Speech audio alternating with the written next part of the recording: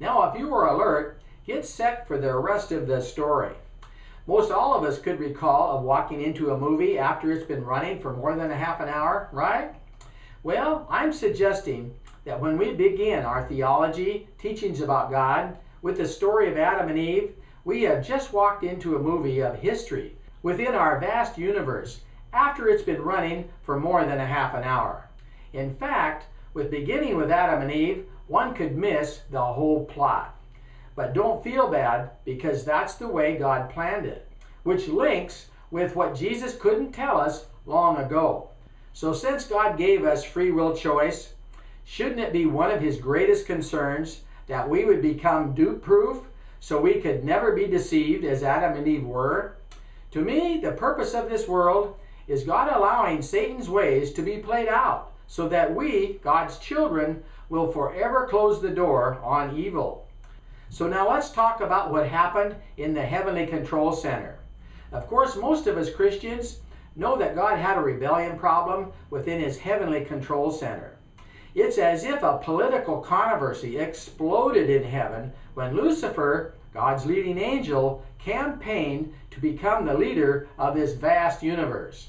And within his political campaign throughout the universe, Lucifer began his accusations against God's character, saying that God's ways were too hard, that he had a better way of government. Now I ask you, if you had a large family where your over 18-year-old rebelled against your ways of family government, what would you do? How would you handle it? Would you attempt to slap them around a bit and tell them to knock it off? Well, we all know about how far that would get us.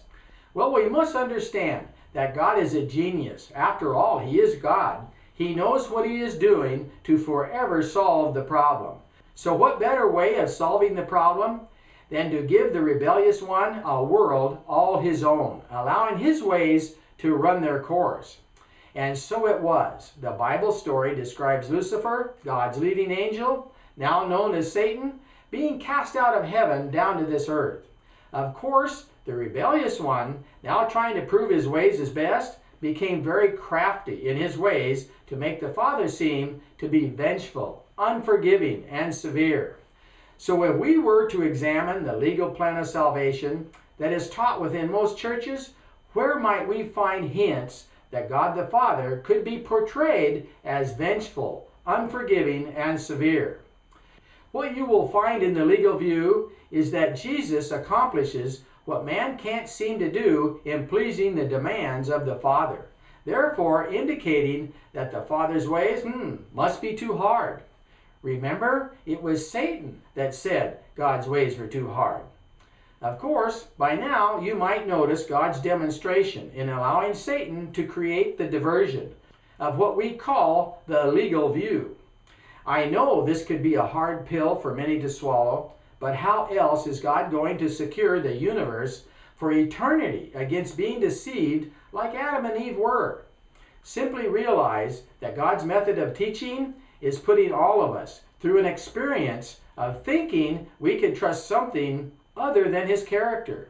You see, with all the different versions of the Bible and the interpretations to go with them, has created more than 1,000 different religions around the world, which has caused mass confusion within spiritual things, with each one claiming to have the special key or legal solution to heaven. Isn't it about time that we Christians figured out what the real gospel of Christ is? If we could get that straight among us and take it to the world, Matthew 24:14 says the end will come. And if we could begin watching the movie as it began in heaven, with Lucifer's rebellion, we might find that we are not in legal trouble with God, but instead we might find that God is pleading with us to see that his ways are right. We only need to develop a teachable spirit, which could be a learning environment in gaining trust in God. The big deal here is simply trusting that God's ways are best, and that we would want his ways to become our ways, to the point that his way of government has become a part of us. You see, that's not a legal stance. Instead, it's a political stance, as in Acts 16:31. Trust in God's ways and you'll be saved. Legal trouble is not the issue. That's only Satan's diversion to cause confusion. No, God is allowing us to witness or experience enough evil that we will want to run from it. He's given us the time to see His ways is right. But within the legal view, it's like a lot of lawyers arguing over varied legal requirements, causing many off-the-wall beliefs. In fact, most all religions have the God we talk about as some kind of a satanic monster that'll burn us in hell if we choose not to love Him, and or if we don't buy into their special way of being saved. But again, this is all within God's plan of exposing deception. Now, before I close this video, I have more outrageous information about why we are here. But first, may I make it very clear that yes, I believe Jesus absolutely come and He did die for us. My only issue is over why He died for us, which is detailed within my books. So with that being said, listen up. I'm about to give you the meat and potatoes of this message, which is that God the Father loves us, just like Jesus does. Remember that Jesus said in John 14:9, that if anyone had seen Him, they have seen the Father. And one more, it just gets better. In John 16:26, Jesus said He didn't have to plead the Father for us because the Father loves us the same as He does. Yes, and it even gets better. Remember the prodigal son story in Luke 15? Would you believe that it was God the Father that ran out to meet the lost son in his filthy rags? Yes, and there's even more. How about right out of the mouth of Jesus, a different reason for His coming than we are used to hearing? The picture is very clear in John 17, as Jesus is talking to His Father, saying that He had completed the work He was given to do, that of revealing that character of the Father to us. But you see, the diversion message, the legal view, has the work of Jesus satisfying heavy, impossible demands of the Father for us, even the death that we somehow deserve. Now, if that really is the case, what do we do with the comment from Jesus that says He had completed the work He was given to do before His crucifixion? Doesn't that suggest that there is more to it? Shouldn't we be searching for more light or more oil for our lamps? Of course, again, Jesus did die for us, but for a different reason than the diversion message teaches, which my books also cover in much detail. Well, I can't stop this video without giving you one of the strongest platforms that I stand on, and it's found in John 5:39. Jesus is talking to the ones that are about to nail Him on the cross. It's like He's scolding them for searching the Scriptures for the wrong things. It's like they thought they were going to find eternal life in what is written in a book. But He said instead the Scriptures point to Him, but they refuse to come to Him to receive life. The point being that words in a book can take on different meanings and can also be changed and added to by the many well-meaning folk that have translated the Bible. So what John 5:39 says to me, we should always put the character of God up as a filter for what we think the Bible says. Because the one thing we can count on is what the character of God is like that was displayed in the life of Jesus. Now for the final thought in the rest of the story. What Jesus couldn't tell us long ago. Now listen up. God had to allow every religion on the planet to be deceived about His demands. Now may I repeat that? God had to allow every religion on the planet to be deceived about His demands. You see, when Lucifer was in heaven telling lies about God, what was God to do but to allow his accusations to be played out? This is simply God's way of exposing evil for what it is. And if we are awake, we might notice that's exactly what's going on within the religions of the world. We're arguing over which one of us has the truth about how to get past the wrath of this so-called demanding God in order to be saved. In our minds, we have Jesus performing perfection for us.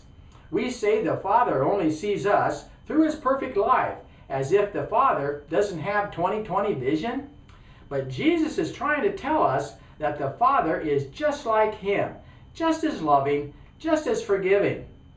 Isn't it about time that all of us jump down off the exclusive horse we have been riding to realize that the people in every religion, every race, every culture are our brothers and sisters created by God? We simply need to realize that God has simply mixed all things up in attempts to reveal back to us how silly we look in arguing with each other over who has the best toys or, the only way to heaven. And through it all, something simply jumped out at me when I realized that it was God the Father that ran out to meet the prodigal son in his filthy rags. Again, I repeat that. It was God the Father that ran out to meet the prodigal in his filthy rags. And if that went over your head, you need to stop everything and listen to the significance of what that means. How that concept exposes Satan's conjured up ideas that has the religions of the world jumping through all kinds of hoops to please or satisfy the demands of many of those gods in order to be blessed and be saved. Now, you may already be shocked into denial because you may have thought you belong to the only true church. But if you have ears to hear, listen up to realize that this is God's way of teaching us, revealing that yes, even we have been deceived about the demands of the Father. When Satan suggested that God is vengeful, unforgiving, and severe, and then offered all kinds of solutions within the religions of the world in ways to get past him, we simply fell for it because it was all wrapped up in a package of being saved for the better place called heaven. But never forget that God will save all who trust in his ways. He knows the intent of our heart. He knows if we have a teachable spirit or not. And if that's the case, he will surely heal us from the damage we have caused ourselves.